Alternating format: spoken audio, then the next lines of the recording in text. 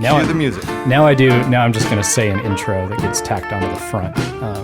And you guys will say hello really quick. So, welcome to Faith Over Breakfast. This is Andy Littleton from Mission Church, and I'm sitting across from not Eric from the Village because he is out of town this week. So, I've got two friends of mine. I've got Bob Putman, right?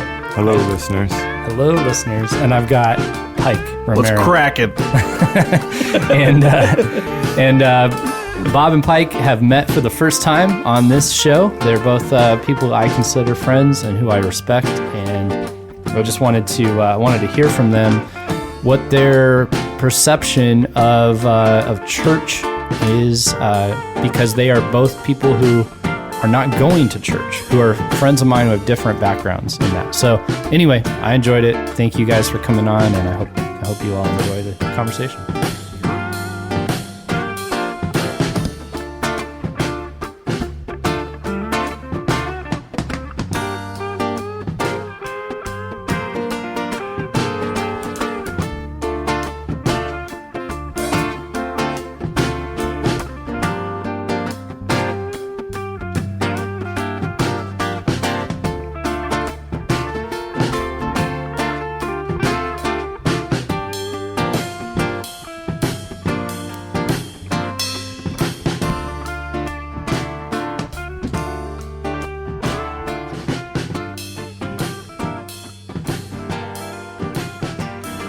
We're jumping into this. So I've got this is a little bit of a different day because Eric's out of town, and so I finally get to have my friends on the podcast the way I like it. And it's about time. It's about time I had some free reign around here. And so I've got two friends who are meeting each other for the first time right now. We've introduced my friend Bob to Kanye West. He didn't know who that was. He heard that. I knew that there was a South Park episode with fish sticks. Yeah. And the isotoner song. Yeah, okay. Where OJ wore isotoners. Yeah. Okay. Well, you're further along than me, actually, when it comes to Kanye West. And then we've got Pike over here. And so here's the deal. So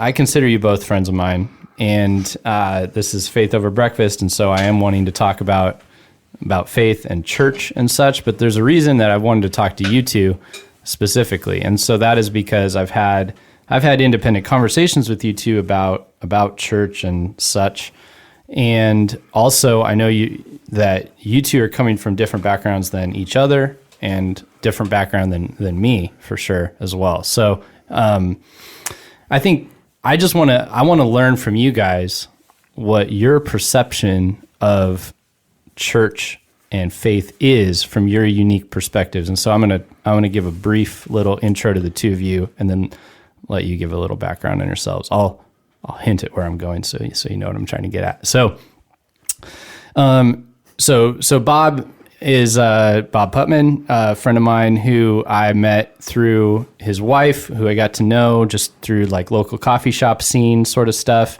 And Bob was always a topic of conversation. He was the person. He was this person in her life he was a mystery, who we all heard of and didn't know. I think we were broken up at the time. You were, right, but you were still. But she pined for me. It's true. You were there. Yeah, she pined. The legend is he's a sexual being. Right. And Bob, if you're a listener to Faith Over Breakfast, Bob has been referred to a couple times, and one time as a sexual being. And so if you've all wanted to know what it's like to hear the voice and be soothed by a sexual being, now is your opportunity. It's working on me. Yeah, it is. I know, I can tell. Hello. So and the church faith conversation came into play because I got to do premarital counseling with you and your wife, who are not churchgoers, and so that was an interesting journey for us all, I think, to do that, because that typically isn't. It was fun. Yeah, it was great, and you bought a Bible to do that, right? Like, didn't you around that time? You were like, I guess if I'm going to read a book about this, I'm going to get a Bible. I do have a King James Bible that I bought around that time in the last 5 years or so. Yeah. So anyway, we just had interesting conversations. From what I've gathered, you don't have, like, you didn't grow up in Christianity for sure. No? No. Yeah, no. none of that. Okay. I am baptized, so Oh. I get to avoid purgatory. Oh, shoot. That's pretty... That's a bonus. Yeah. Yeah. I can't rely on, I think it's invincible ignorance. And Bob, and what I like about Bob is that he's got down the terminology far more than me. For sure. Which is helpful. But, Referring to Ephesians 5 before we came here and saying that despite Ephesians 5, he was going to ask his wife if he had time to do this podcast. Yeah. Yeah. We got to work on that one. Yeah. So, Bob, anything else as far as like religious background? Just give us a brief. Let's see. Sorry, into the mic. Yeah, you're good. I don't know. I grew up going to church a couple of times a year, maybe Easter, maybe. Yeah. I am not a believer in Right. a supreme being of any kind, so we can label me an atheist, I think. Sure. But I'm not an anti-theist, I would say, in the way that I'm not. I don't spend my time trying to refute, Christian beliefs or any religious beliefs. Really, I find religion very interesting. Yeah. So I read a lot of things about not just Christianity, but Islam, a lot of South Asian Hindu. Mm-hmm. I know a little bit. I mean, I haven't read deeply the way you like to say about I remember when you got in that argument. Yeah. I have read deeply. I have not read deeply. But wow, I forgot about that argument. But thank you. Thanks for listening to the podcast. I don't have any real outside of our shared cultural heritage, I guess, of America. Okay. Western society. I don't really have any influence. I don't think. I have an important thing to add, and that is that the lid of my coffee cup stinks. It's really driving me nuts. I think it's just the lid. So, yeah. You have to wash that. Clean your lids. Time. The light on the dishwasher was green, insinuating it had been done, and I'm hoping it was. Oh yeah, right no. now. No. Maybe not. Yeah. No, the light means nothing. Yeah, man. I don't know. I have a sneaky coffee cup. I'm probably gonna throw up during this podcast. Okay. And it won't be because of anything you've said. Oh, it might be. Maybe. All right, Pike. So Pike's real name is Eduardo Francisco Romero. Throwing it And, out there. The government name. Government name. But everybody calls him Pike. I got a good story about how that came to be. His parents were fishing many years. Anyway. Of course. No, I'm not going to tell that story. But anyway, Pike and I met in high school, somewhere around freshman year, somewhere around where I got my driver's license. I don't know. I started giving people rides, and Pike was a regular, and then we became good friends. Yep. Basically. Yeah, very much. And so the Pike's, good friend kind of in the hip hop community. He and I have known each other pretty well for years. Moved away from Tucson for a while, is now back. But Pike, from what I understand, you had, would you say you had a little bit of like, there's like some Catholic church attendance or something like that, or a little bit of here and there in your life at some point, or anything? Not so much Catholic church. My mom, we actually went to Presbyterian church. Growing up. No, yeah. St. Andrews. St. Andrews. That's right. That's right. That's why I had a saint in my head. Yeah. And it wasn't like once again, kind of giving the background of myself, like it was more than twice a year, but it was also like trying to be involved in church. And I think that's a lot of where my community, thought, I don't know about thought, but, community, the thought of community that I really grasp, or that I really hold to my heart, I guess, kind of came from. But yeah, pretty regular attending, I guess. Went to youth group and stuff. He did some youth group stuff. Yeah. And then, right. And then you were there, you were involved, but not like, I don't know. It didn't strike me that your family was like we're super into God family, right? Or whatever. Right. Like, so you were, right. There were touch points. Yeah, like my father didn't go, but my mom and myself would go. Yeah. And then we had this friend group at at our high school, and like one of our friends, our common friends, kind of had this like more dramatic, like conversion experience. His brother's life sort of set that off. Yeah. And so a lot of us started like engaging with that more, like myself included, and sure. you and some other people. So all of a sudden we were like highly involved. It felt, yeah. Yeah. And then you moved off. You got involved in like a really large church. You were attending a big church in Oklahoma. We were attending Life Church. Yeah, which is like Craig Rochelle stuff. And massive. Was he present, or was this a satellite? Yeah. We were present. We've done both. Yeah. Went to the satellite church and to his main church. So you kind of did like mega church for a little bit. And then coming back here, that's been a little more like, where does that fit in our lives? It's been no church. No church. Yeah. Right.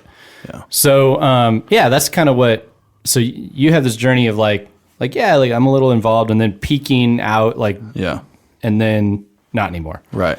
And so, and then I'm a pastor. So, so I go, right? And I do, I do all that.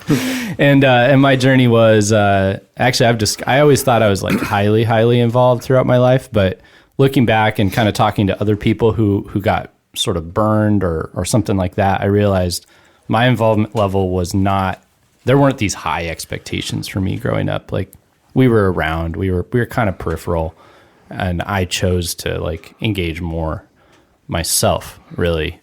And so, a little interesting, but church has always been a very huge part of my life, but the high involvement level kind of happened when I was like 17. Were those people involved? Were they PKs? Like, were they pastor kids? There's that, but not all. I think there's people who just, we engage at our church. We have a lot of people who like, I feel like we're kind of their last stop as they're sort of like, that's interesting. Like, should I still do this? And we're a space where some people are like, you know what, I think I can get along with this version. Right. We've noticed. So, but we do have some pastor and missionary kids for sure. And that's always an interesting segment of the population, but also people who it was just like, there was just a lot of pressure, and just to be a good person and yada, yada, yada, and to, share your faith or whatever. And where they ended up kind of going like, wow, did I really do that? Like, was that for real? Yeah. And they're kind of reevaluating. So anyway, that's where we're coming from. So what I'm really interested to hear is I'm a talker, so I will jump in and like agitate this conversation a little bit. Cool.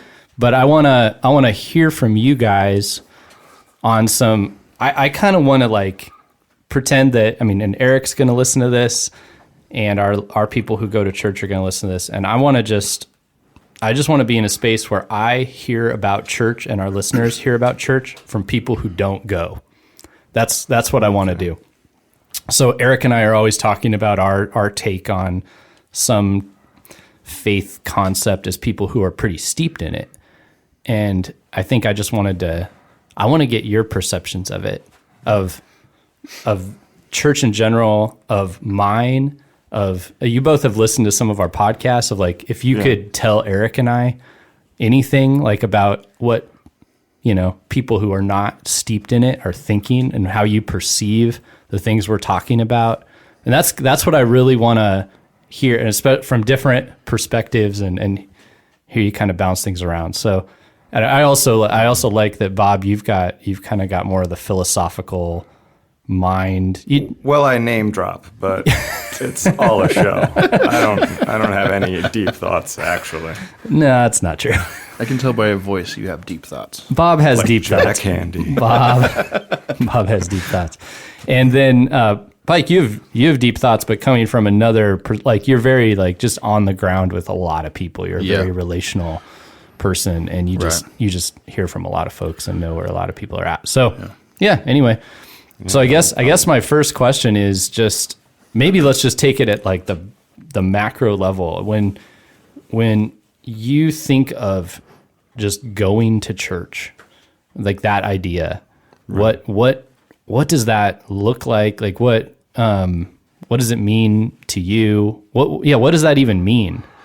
in your mind? My first thought is commitment, and I think that's something that, just thinking about myself, that coming from from a large church and moving back to Tucson, like not finding that time to commit to something. Oh yeah. And I think that's my biggest issue, and I think that's probably a lot of people's issues.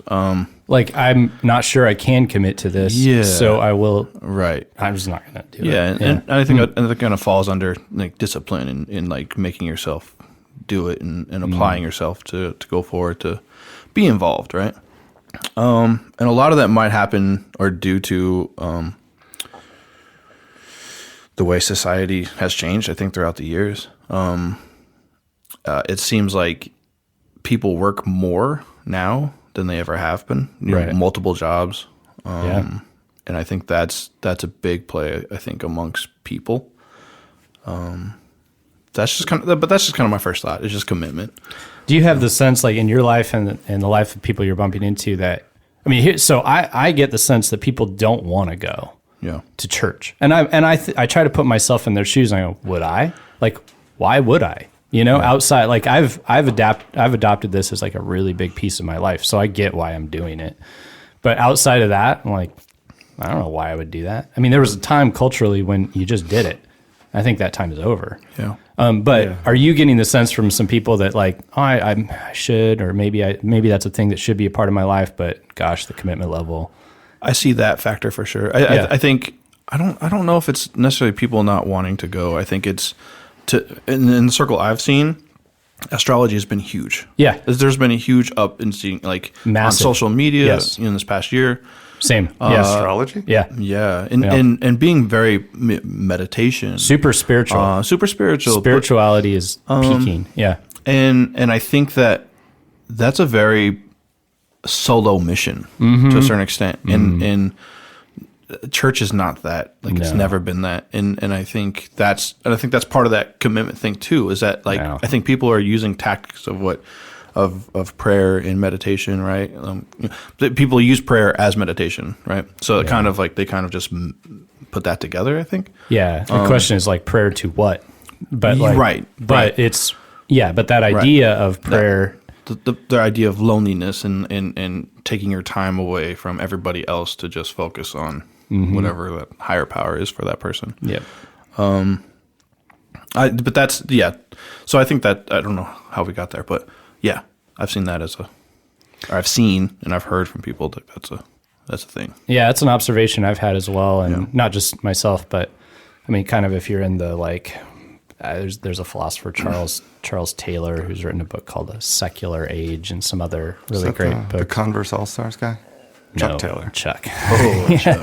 See what I did there? But well played.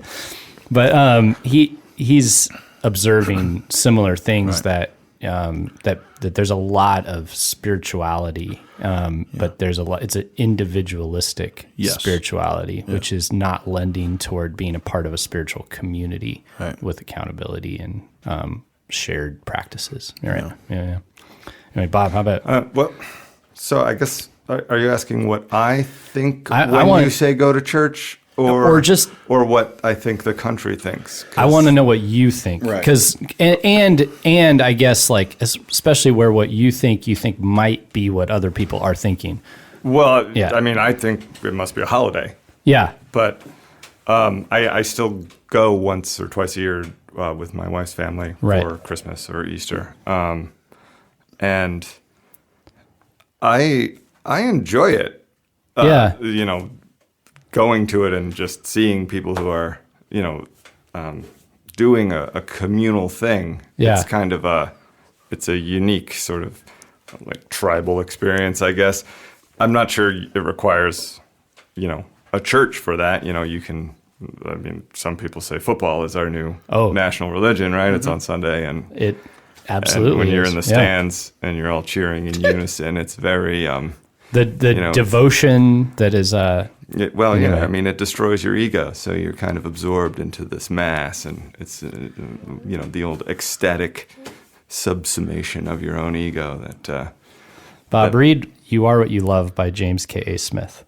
Just some other time. I don't Okay. want to forget to tell you that. You'll enjoy it. Or read it now. On this, Let's just read it now. Let's read. Preface. Let me read to you. No, it gets it that this guy's talking about the worship structures in our Right. culture, and there are several that he But- brings up. Yep. You know, in terms of when you ask about church, there's so many different Yeah. versions. Yep. I'm going to assume you're talking mostly about more of the modern evangelical. Well, You know? whichever one comes to mind for you, like, because I don't want you to say what you think. I want to hear. Like, I want to know what I'm interested in, and what I think our folks need to learn about is what's in the head of some people who aren't, like in our bubble. Yeah. So that's So Yeah. the first thing you run if you hear anything about Christianity and you're not looking at Christian specific sources, it's usually pretty negative. yes, Because it's somebody busted with a mistress or certain, I'm not going to say names, but vice presidents or saying, of companies maybe, I don't know, could be Right. any vice president, who is, sort of has such a hang up on certain kinds of people that you just think, this guy needs to go see a shrink. He's got his own problem. But I don't think people really think about church anymore. no, And it's because, you used to go, you say because you had to. right, But I think it's got a lot more to do that you can get that communal experience from so many other sources at this point. yeah, Because of communication, travel. It used to be you die within 12 miles of where you were born, and Yep. it takes a full day to walk to the next town. So you need, if you want any kind of social interaction, you go to the gathering place, which is just that one. But now, you can connect to people all across the world who have similar interests, and it's not necessary to have that part. That being said, as one of the Protestant fellas, I also wouldn't need church to secure my space in the afterlife, right? So that's sort of an interesting. as a truly practical Yeah. sense, I don't need you, Andy. That is Got a direct line. That is a. You're that's the a, you're the Tucson Mall to our Amazon. Yeah. Oh, yeah, yeah. Well, there you go. There's a lot. This is sure. this little point is actually really, really helpful, and I think it's a good point. And it's a critique. You guys are kind of having some fun, but that's you're really onto Yeah, something. for sure. Protestantism, one of the big things was the individuality of it all, and that has fully matured and been ingrained into our culture. The culture doesn't tend to realize it's borrowed capital from the Protestant Reformation, oddly enough, but it is. But fully grown, it almost undercuts what the whole church idea originally was about, and which is making a lot of Protestants go back and look at the Orthodox and the Catholics and go, maybe they were onto something. Yeah, I mean, that's right. If I have to go to church, I prefer something with very traditional. Yeah. If I could get the family to go to a Latin mass, that'd be better. I like when they're swinging the things in the water with the branches. And I've heard this a number of times. The first time, and it's funny because I can't seem to sell this within my own church community, to be honest with you, because of that group of people who are coming out of the church, they have a different sense where they tend to think, or the ones who are steeped in evangelicalism, I've noticed they want church to be, they're like, it needs to be cutting edge somehow. It needs to be like, we need to be doing the best version of, preaching High quality and music and whatever. And our church, in a way, has like rejected part of that and then held really tightly to part of it. Yeah. But a lot. I first bumped into this. My buddy and I did this little lightning trip to San Diego in which we had no money. We seriously had like $20 or something ridiculous. We were like, we're just going to sleep in the car and go to the beach. And a friend of ours, we remembered from Tucson, who worked in the shoe store next to us, lived in San Diego. And he was a techno DJ. He did raves and stuff. And we went to visit him at his new store while we were there, and he was like, "Come stay in my house." And we went to this like rave party, hung out with the LGBT community. It turned into something I never expected. But one of the big quotes he said is he was talking to us about, he's like, "You guys are like church guys, right?" Yeah. And he goes, what do you do? And he was and we were describing all this stuff and what we wanted to see in church. And he's like, "Do you know what I want?" He's like, I don't want any of that show. He's like, "That's my life, like lights and stage. That's work." Yeah. He's like, "If I'm going to go encounter God, I want it to be meditative and transcendent. And I want there to be," he was talking about like deep historic ritual. And I'm sitting there going, "Wait, what?" I seriously thought everybody wanted church to be cool.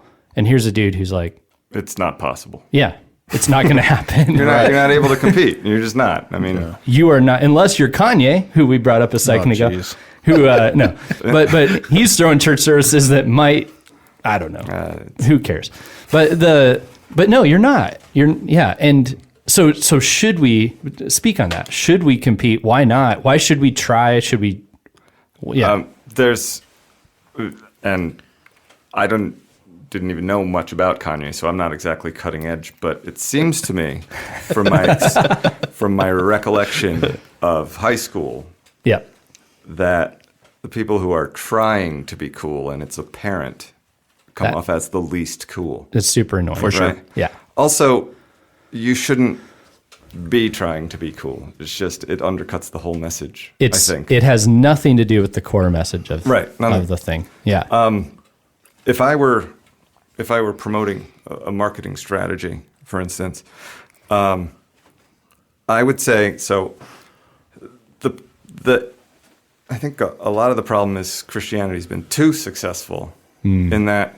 becoming the Tucson Mall. Well, I mean, so Jesus was a revolutionary guy in that he, hung out with the downtrodden and the miserable, and even, prostitutes, that kind of thing.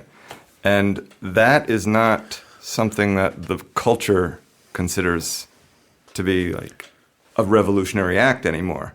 That the idea of helping the poor and the meek will inherit, et cetera, The culture loves it. is ingrained. Yeah. Yeah. So there's nothing different about church, at least, if in my case you take away the idea of the afterlife part. Right. But the present part, it's not revolutionary. It's not something that is edgy enough to attract people if That's what you're trying to do.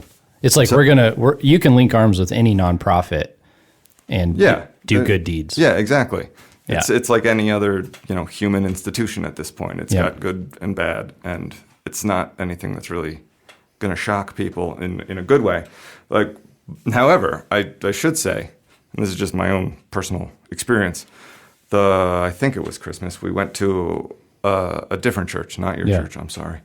But, forgive me. You're absolved. Thank you. We went to an Episcopal church, I think, somewhere over somewhere, and they were a sanctuary church. Yeah. So they said ICE is not allowed. Right. And I'm not someone who says if you want to have restrictions on some immigration, et cetera, that you're an evil person or anything. I'm not like a open the borders and let everyone in kind of guy. Although, in some ways maybe. But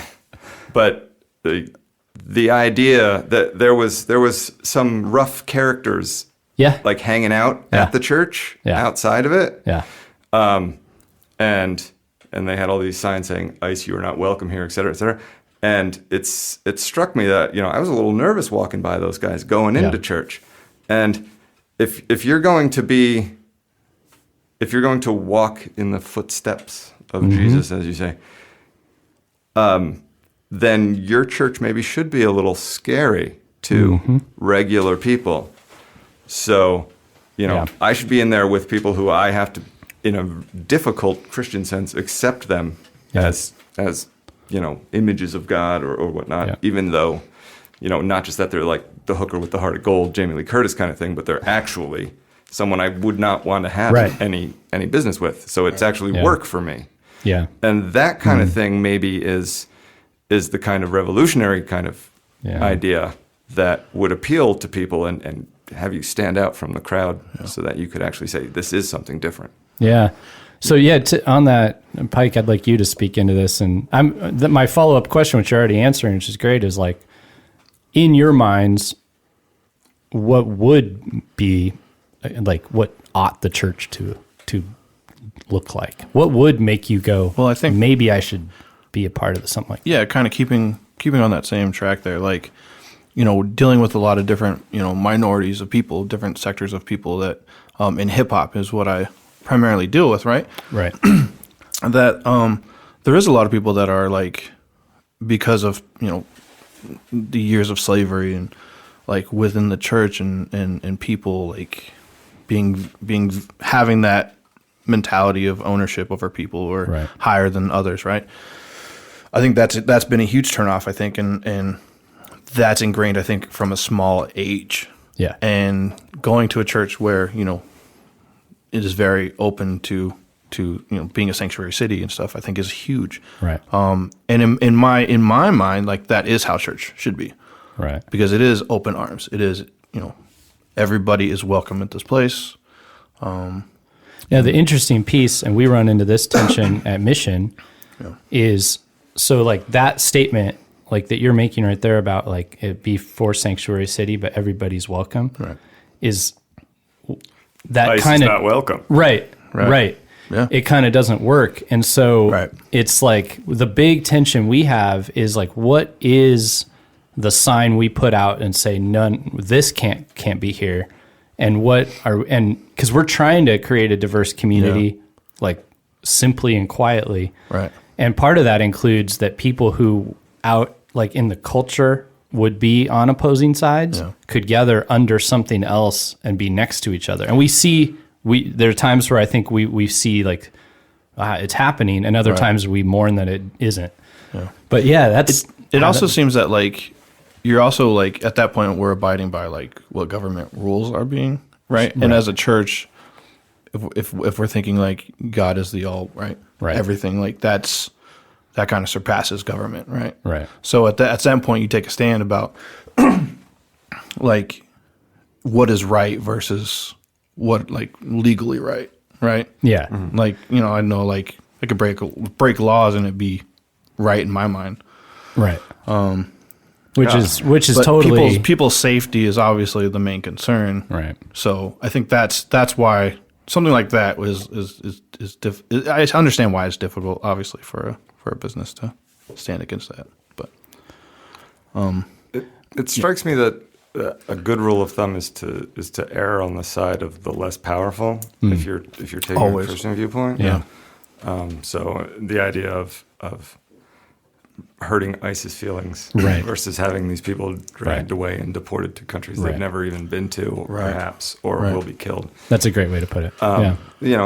It's like comedy, and I have a point in that if you really study comedy, you recognize that it's only funny if you're aiming at people who are at least at your level or above. Right. There's a reason certain political spectrums of comedy are unsuccessful and generally unfunny is because their targets are not taking a little bit of the powerful to task. I mean that's where you should be aiming. Yeah. And I think in general that's a good viewpoint from my understanding of Christianity, which is not in any way exhaustive. It's just it's less the golden rule. And more just err on the side of the less powerful. Because, so if you screw up, it's not as damaging, right? Because they're less powerful. Yeah. So, that's a pragmatic way of approaching it. But that's interesting. But I see exactly what, and I feel more comfortable doing what you're saying. Like, I've definitely felt personally a little more leeway to take subtle shots at the Republican Party, for example. Like, no, I have. I'm just saying myself personally, like, for sure. And I'm not like a out and out political type pastor at all. But when I have like made little subtle remarks, it's way easier to do them there than to take like even if I do disagree or take issue with a group that's marginalized, it's like I'm not going to say that. So that it's what are you going to hurt a massive, powerful machine? Like you're not. No, and so but that also I don't know. Sometimes I'm nervous about what it means that I feel more comfortable with that too. Well, yeah, and there's an argument that conservatives are now the ones who are less powerful because the popular culture takes so many shots at them. Sure. But, you can tell they're more powerful because it's still funny. Yeah. Essentially. Yeah. Right. Okay, so moving from there, I want to know, like, very, very, on the very, very practical level, if I were to say to you, you guys, like Pike, Bob, I really want you to come to my church tomorrow, what would you be uncomfortable with, and what would you be interested in? I don't think I'd be uncomfortable with anything, and I think the majority of people, maybe, I don't think there'd be anything uncomfortable about it. It'd literally be like, do I have time to make it? Yeah. Do I have time to go? And I know that your specific church starts later on in the day. Right. And that's interesting, alone. Yeah. Whereas, but then also in my mind, the marketing factor. Yeah. Like I'm thinking that you kind of want to market to people who are used to the 10 o'clock services. Except we don't. Right. Except you don't. We actually actively don't. Right. Yeah. Right. So, but yeah, in my mind, it's just that. It'd be time. I'm not scared to go to church. I'm not scared to go to different types of churches. So there's nothing of uncomfortable. You're a super social guy. So that's part of it. Like I'm very open I'm very open-minded to everything, really. So let me push that a little further and go, people well, what do you think, like, if I invited them? Because I would imagine, if somebody invited me to, I went to a Catholic funeral, and I feel pretty similar to you. I'm a pretty social guy, but there was I had some little, like, I don't know the rules. I don't know how to, everybody just, like, did the holy water thing. I forgot it was there. Like, there are just any ways in which you see people where it's just like the act of entering into this odd environment. Is there anything to that, or not really, from people your perspective? No, not that I can think of. I think it's just the thought of church. It would just be their initial thought of church of being, condemning or yes, okay, or just like how just them being just uncomfortable. Period. Not because of what's going on, but just because like they just don't know how to be in those situations. This is exactly what I'm getting at. Yeah. But that's it. That's all I can really think about. Like, what would you if you could? You have a little platform here to talk to 80 church people for a second. Right. Like, what could they do to like make somebody feel and I think to mitigate that a little bit? I think some churches do specific what do they call them? Special outreaches, or thinking outside the box outreach type of stuff. Let's say, example today, right? I'm DJing a graffiti church. Yeah, right. So it's basically a small community, right, that has, services on Thursdays, right, and its focus is on graffiti arts. Right. And that is a whole sector of people that doesn't go to church. Right. And they found that the specific art does bring people in. They have worship. They talk, they have sermons, but then they also do graffiti arts. Right. And some of those people do illegal graffiti art. Like, there's definitely that. There's that factor because that is their art form. But at the same time, just that thought of like being the church and being open to arms to people. Yeah. Yeah. So I think there's this, I forget what the word is, but it's just those special outreaches, I think. Who you're marketing to, I think if you like marketing straight to those people, because everything, I'm so uncomfortable with that term. everything is marketing now, right? Yeah. Like everything is ad driven. Everything is, how are you going to retarget people? Right? All this tech stuff. That's what rules the world to a certain extent. So would you, because I have friends I know who are like, because that's a fact, we need to just full on lean into that, into like, we need to be in the tech space, we need to be advertising, we need to do great video. Bob is like stop, please. But I like that we have different perspectives. Like I have friends who I respect who are like, we must do those things, we must do them really well. yeah.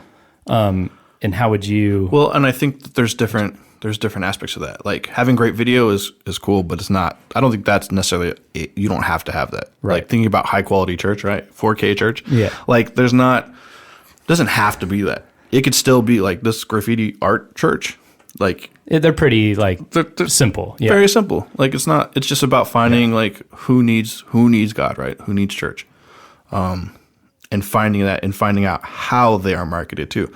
Most of those people, like they may not have money. They may not have a cell phone. Right. They can't read a Facebook ad. Right. But at the same time, they're still getting reached out to. Right. So there's definitely some old ways of marketing or reaching people to get them involved into church without having to go full blown Punching the microphone like you just did. Right. And you were the one who like early on in my church journey, you were like, you need to like do something with social media. Like you really need to, and I remember that. I was like, and that's another thing too, is like with your church, your demographic, mid-30s most of the time, younger couples, older 20s and mid-30s. right? And so they're used to technology, Right. And I think natives. That's who, that's the majority of the people that go to your church. Those are the people that are going to be talking probably to the same amount or the same age group. That's how your church is going to grow, partly. Yeah, I kind of hate it, but you're right. But even your church, like the style of it, is very much you. Yeah, that's for sure. This room, the art or the table that we have that we're at on the wall, things of that nature. It's very mission church. Right. Yep. Small handouts of vinyl recordings of you giving your pitch. The hipsters will love it. We have that. It's analog. I can make that happen. Let's do it, Pike. Easy. Right? Easy.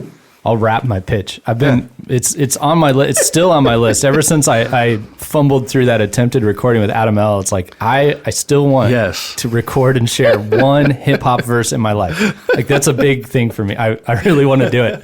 I really want to do it. You can mislabel it like Band of Horses. Yeah. Like all the hipsters will show up. Oh shoot. Okay. Anyway, all right. So in my mind, everything is niche. Like everything is, you find that special market. I actually agree with. I think that there are like so many, I always say like nooks of society, and we need I think there should be a church in each one of them. And so all the churches should look very different is how I feel. But, so I get, and there is marketing. I hate that. I hate it. But I think there's like, just like with everything else, like it can be corrupted or it could be good. And so marketing doesn't have to be just like consumer driven. It could be like, no, we're actually just trying to share what we do. Right. Well, it's awareness. The most successful marketers are the mega churches, and I know how you feel about those. So good. So good. And a lot of times, those mega churches, I mean, they have money for a marketing team. Like they have a team of people that are sitting at a table and coming up with ideas, just like every other corporation in this world. Yeah. Well, and as grouchy as I've been about mega churches throughout my life, the truth is there was a period of time where I did go to one, and I've heard from people who've said that our church, even like some of our really involved people have said, I would never have walked in here as like somebody who didn't already buy into like this message, like because it's too intense, it's too personal, it's too close. Like they were like I would have walked in when I can walk in and walk out and just kind of absorb it, and it's presented in a way that's really simple and palatable. Like that's where a lot of people started, and the truth is, I did a little bit of that too. Like back in the Casas days, Right. You kind of go and you sit up in a seat in the back and you go, oh, that's interesting. You receive their And then marketing. I did. But then I ended up getting to where I was like, I don't like this. This isn't good. And so then I got plugged into like a small community where I was really known. But the truth is I didn't walk into one of those the first time. So as much as I don't buy into some of that, it's kind of a piece of my own story. Yeah, it's the kind of the steps of the journey, right? Right. Like Bud Light to your craft beer. it's exactly. for sure. It's like I started For on sure. Frappuccinos, now I drink cortados, right? It's Yeah. like, Well, but then at the same time, there's which definitely one is better? At the same time, there's people that definitely get something out of that Bud Light, right? Like there's definitely people that enjoy that. Right. Some people I'm not like sure Bud Light. they're You know. Well, You're about to. I get the Bud Light when it has the Cardinals logo on it. That's it. All right, so Bob, from your perspective now, like if I were to say, Bob, seriously, I want you there tomorrow, and you had to like kind of brace yourself for doing this or whatever, like what would that be like? And what do you think if people like had to walk into this thing, what would be weird? What would be comfortable? What would be exciting? What would be really strange? I don't know. Well, so Any of that. I wouldn't be worried about it, well, because I know you and I know half the people in there. Sure. Right? Sure. But also, like I said before, I want there to be odd structure. Yeah. When it's just, when a guy in a flannel shirt, with a beard, chanting or, preaching to a small room, it takes me back to David Koresh. Like it seems culty. It's that. Interesting. That's our church. I yeah, exactly. Because it doesn't seem established. It's, like, and I'm sure you would disagree, but like the message of Scientology or something seems kind of silly to a lot of people. But if it was 1,000 years old and it had, great artifices built throughout the years, the story itself, at least the part they admit is relies on unconfirmed things. Right. And, it would have gravitas. Right. So what I'm asking is for you to convert to Scientology. Is what I'm saying. Put your hands on this. Thing, please. Tell me your crimes, Andy. Tell me your crimes. Yes. Oh man. Okay. But so when I go, because I'm not interested in the divine part. Right. Like I don't believe in it. Right. But and it's at the point that I don't mind listening to it. It doesn't make me uncomfortable or anything. Right. So I go there to say, hey, this is a cool experience. And it seems sort of disrespectful because I would be there as a tourist. Yeah. So while I don't mind, because we just had a child, right. and there's questions of whether we should baptize or not. And, right. I don't think it makes a difference in terms of, any of the supernatural aspects. Right. And at first I was like, yeah, cool, why not? I've been baptized. It's, just in case, that kind of thing. Sure. But it seems disrespectful for me to do it without believing it. I appreciate that about you in general, that you do care about that stuff, because that is the historic position of the church is more, it's not like it's not supposed to be like stay out, of the club, but it's like, please respect what we actually do believe and do it if you believe it. I mean, right? Or even if I was, even if I was open to like, if I was wondering about it, if I was curious about it. Yeah. If my goal was to, take in the message and give it a fair shake. Yeah. But I feel like I've already done that in my life. And so I'm, you're arguing something that I'm not going to. Right. So why take a space when there's someone else who could be sitting there who may really need it? Yeah. So nothing about walking into the experience or anything like that. We just, I'll give you a little background at our church. We had a 1-year anniversary of our new location, and people had been talking about wanting to, I wish more neighbors would show up. And my thing was like, I don't know why they would, kind of like I told you guys, like, I don't don't know. I wouldn't just because a church moved into my neighborhood. As a Christian, I wouldn't show up. So right. I'm There's like, a, there's why a would point. they? Right? There's a point to a church, and I'm just like, I'm not going to go to Yeah. I'm not going to go to Circuit City if I'm not interested in buying a computer. Right. And so, but I also was like, I had, it's been a bit. City. A little Dang, dated, man. I feel Yeah. Best Buy? Best Buy, is that better? Man, a little bit. Just stick with Amazon. Most people listening to this forgot Best Buy was still around, but so we put our 1 year anniversary out in the parking lot, just had a dinner and just put a free food sign out because we wanted to meet neighbors. And about 15, 20 came. One of them brought food. It was fun. But the regular, I got two things came through really loud and clear. One, people actually wanted to know if they could come, and they felt really uncomfortable. Yeah. They didn't know they could come. They didn't know how to show up, but they were actually interested. So several people asked, could I come to this ever? And then they would clarify with what if I don't believe it? And I was like, you could still come and listen. That's fine. And then it was the next follow-up question was how do I come? How do I show up? Huh. And then the other thing we got is that generally that was one set of questions. The other was just absolute, not being sure what the heck we did in there. One person said, yeah, so I've heard of, I'm familiar with churches, and I've, but you guys, the morning, nobody's here, because we meet in the evening. And then you all show up and there's this music, and then you're all doing the dishes. And because we have this meal afterward, right? Yeah. And so the door on their side always opens up when people are kind of clanking around in the kitchen doing the dishes. And they were just like, what is this? Yeah, it's very weird. What is it? And I'm like, oh, we have church and then we eat and then we do the dishes, so simple. But I'm thinking of their perspective, sitting in their apartment across the way. They're like, what the heck is that? Yeah. Who does that? Who gathers 100 people to sing and then they do the dishes? Right. What do these people bring their freaking dishes from home? What? Some kind of communal dishwashing ceremony, right. In which they sing.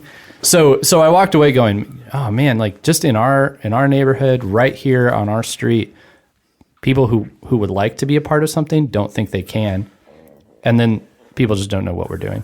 And I thought to myself, I was like, say I'm walking downtown, and there's an open door, and I hear singing in there.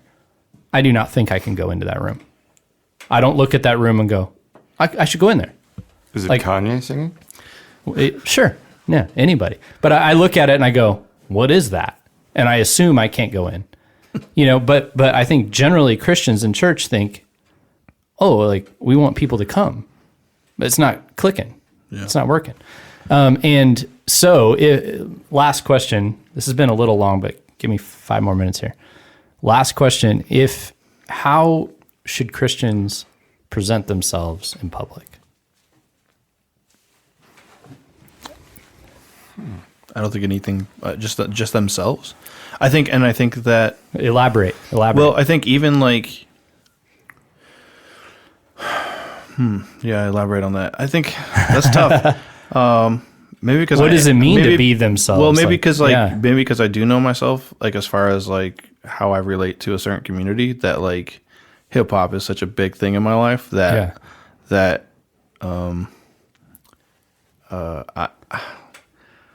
I don't know. That's interesting. That is interesting to think about. But I guess because I feel like I am myself at all times. Yeah. So it's not like I don't know. I guess I don't know how to answer that. But yeah. I just say. What would it look like for a Christian to be as Christian as you are into hip hop? You're posting about it constantly. I'm uncomfortable with doing that as a Christian, frankly. It's a different, good, we call the Christian, message a gospel, a good news. You have a lot of news you share. There's all kinds of news. Yeah. There's bad news, there's stuff that frustrates you, good news, stuff you're like, this is the greatest song I've ever heard. Whoa, Gangstar put out a new song, not sure how I feel about it. Yeah. You're always sharing news. Yeah. Should Christians be doing that? What would that look like? Some do. I follow a lot that do. Yeah, yeah. That's a good call. Yeah, I don't know if you should maybe have identifying clothing, or so I can see you coming. Yeah. Well, I mean, I think I'm so with you. My daughter is going to a Christian school for the first time ever, and she's like, "Are you going to put the sticker on your car?" I was like, "No." And she's like, why? I was like, that's the last way I want somebody to discover I'm a Christian is because I got this cross logo on my truck. Well, when you say Christian, it has a very specific meaning, I think. Yeah. Yep. As it refers to you, as it would to. It's not the exact same Right. for others. Sure. If someone says, they'll name a particular denomination. I'm a Methodist. Yeah. Methods. Yeah. I don't know that Christianity is anywhere near homogenous enough that you could present yourself all of you in a way that is fair to people who are identifying you as a Christian, and all of a sudden, one of you is doing something very Joel different. Osteen. Yeah. And then one of you is, someone who is not Joel Osteen. Right. I don't know. Right. Yeah. But yeah, it's an Andy Littleton versus a Mike Pence. I don't know. An unnamed vice president of some corporation. But it seems that it's too successful. To the point where you could be anybody and be a Christian. Yeah. At least to the point where you wanted to identify yourself in that way. So I hear you saying, like, don't simply just go out there identifying yourself as a Christian in general, because that doesn't clarify anything to anybody. Right. Right. Yeah. Right. So then how ought... Yeah, this is a big question in Christian circles. Like, why the is that idea a question? Is that just like... It seems like... I don't know. Well, so there's two movements. No, I love. This is why I wanted to have you guys on, because you're not steeped in it, and that's helpful. In the Christian world, there's two movements, and one is to just. I would maybe there's three. There's a middle a movement, and one movement is like we ought to be talking about Jesus as it's kind of the Kanye method right now. Right. Like we just need to proclaim his name, and it's like. And my question is like, what does that mean to people? Right. You're telling people well, God's word says this, and I'm going no, they don't know what you're talking about. Like, what does that even mean? But that's a movement which is just in every way, everything we say ought to be, and you wear the shirt and you have the sticker on your car and all of that. The other end of the spectrum is saying, kind of in line with the old Saint Francis of Assisi quote, like, preach the gospel, use words when necessary, which is usually like. Generally, like just be Christ-like without any specific, like don't do any of that. Like it's a rejection of the other side. And then there's a middle ground, which is where people are talking about having a public faith, which means really speaking truthfully from your perspective, in like while embracing secularism, which means embracing the realm in which there are different ideas, but putting yours on the table as a Christian idea along with the others and allowing it to have some weight in that space, but doing it in a thoughtful way, not just, like understanding people are coming from a different perspective. And that I'm trying to learn that middle way myself, but I'm curious just for you guys, like how to, because it's a huge question. Within church circles, how do we? It seems like a flawed question. Yeah, tell me why. Well, go ahead and say the question again. Yeah, just how should we present ourselves in public? And I think that's like, it doesn't seem like you should present yourself in any way, like outside, just however you feel, however you're feeling. I think that's the thing. Like there might be people who feel they need to preach Jesus all the time. Right. There's those people. There's people that don't want to put a sticker on their car. Like there's those people. Like I don't think there's one way is right or bad. You be you. Is it you be you? Literally. Well, like, right. Yeah. I mean, if you're a walking person. Someone who, in my experience, generally, I would say, when it comes to faith, or really deep, meaningful beliefs about anything. The louder you are about them, the more doubt you have. Yeah, no. That's, so I don't know if you care whether or not your manner of action would make someone like me think that you have stronger or weaker faith. It seems to me that the person who is constantly talking about Jesus, say, if they weren't a Christian, if they were, say, a Dodgers fan, they would Right. be constantly talking about the Dodgers. Right. And it's unrelated to Christianity and more related to they just really want to annoy people Yeah. and, always be. Because sometimes when you're talking just- about the Dodgers all the time, you're just trying to rile up those fans of all those other teams. Well, I just mean some people have to constantly proclaim this is who I am and this is my viewpoints on everything, and I'm terrified of silence. Yeah. And I have to constantly That's express interesting. myself because I'm, Because who am I if I'm not expressing myself? yeah, who am I if I'm not, if someone's not listening? That's a philosophical If question. I'm in the forest and no one's around, do I Yeah. really exist? Right. You know? The self-asserting, the psychology, that's interesting. Yeah. I also feel like the perception of like maybe you as a church, not necessarily as a Christian, should Yeah. be, like how should you be looked at or whatever, like how as a church should you be perceived. And I think like the example of you having that 1 year anniversary party and like people recognizing like, oh, you come in at 4:00 and you have a communal dinner, like that seems like that works better Sure.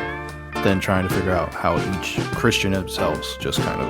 Yeah, I agree with that. Are Yeah, it's important to differentiate between the organization and the members. Yeah.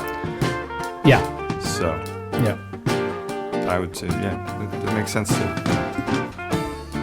do Talk about what our community does Yeah. versus just the self-asserting stuff, Right. potentially. Okay. Well, hey, that was quite the talk, so I better wrap it up. I know you guys have stuff to do. So we're about to sign off. Thanks for hanging out. Really appreciate it. Thanks.